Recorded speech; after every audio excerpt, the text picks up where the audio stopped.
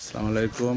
এই যে ভাই আমাদের আল্লাহর ঘর মসজিদের কাজের জন্য মাল সামান চলে এসছে সব। আর মিস্ত্রি ভাই যেখানে কাজে লেগে গেছে, সুন্দর কাজ হচ্ছে, অনেক কাজ চলছে। তারপরে এইদিকে রান্নাঘরটাও কাজ হয়ে যাবে, এগুলো পরিষ্কার করে এখানের কাজটারও মেটেরিয়াল আসছে, ওটাও হয়ে যাবে।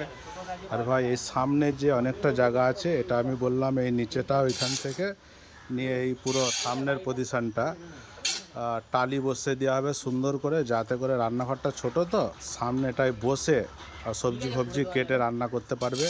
আর ওপরটা একটা ছোট টিনের সেট করে দেওয়া হবে, যাতে পানি ফানি পড়লেও এখানটায় না হয়। আপাতত এরাম করে দিলে এখানটায় সুন্দর একটা রান্নাঘরের পজিশান বেনে থাকবে আর ভালোও হবে।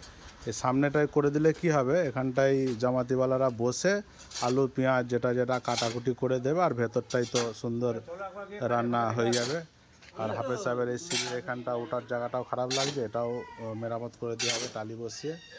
আপাতত এই কাজগুলো সব পরিকল্পনার মধ্যে আছে। আর মাল মেটেরিয়ালস এসে গেছে, মিস্ত্রিও কথা হয়ে গেছে, কাল থেকে আরও একটা মিস্ত্রি এসে ওই কাজগুলো পুরো কমপ্লিট করে দেবে। আর একটা কথা ভাই, এই কাজের খরচার জন্য কোনো চিন্তা করতে হবে না।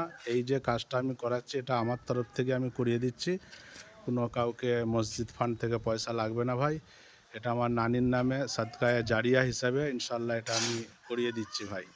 তোমরা সবাই খালি দোয়া করো, কোনো অসুবিধা নেই। আর আমাদের যেসব গ্রুপের ভাইরা আছে, তারা এই রঙের ব্যাপারটাতে একটুখানি চিন্তা করি ভাই, কেন আজকে শুকুর লাগতো, প্রাইমার নেই, আর প্রাইমার নেওয়ার মতো পয়সাও নেই। আর সেই হিসেবে এই কাজগুলো সব পেন্ডিং হয়ে গেল, প্রাইমারটাও হচ্ছে না কো। তো একটু সবাই ফিকির রাখি, প্রাইমারটা কিনতে হবে, আর তারপরে আবার রঙের ব্যাপারটা তো আছেই। আর এইগুলো একটু সবাই আমরা ফিকির করি ভাই। আর বাকি এইদিকের যে কাজ, এই রান্নাঘর এবং এইখানকার যেসব খরচা পানি আছে, ইনশাল্লাহ আমার তরফ থেকে আমি করিয়ে দিচ্ছি আমার নানির নামে। সবাই দোয়া করবো। আসসালামু আলাইকুম ওয়া রাহমাতুল্লাহি ওয়া বারাকাতুহু।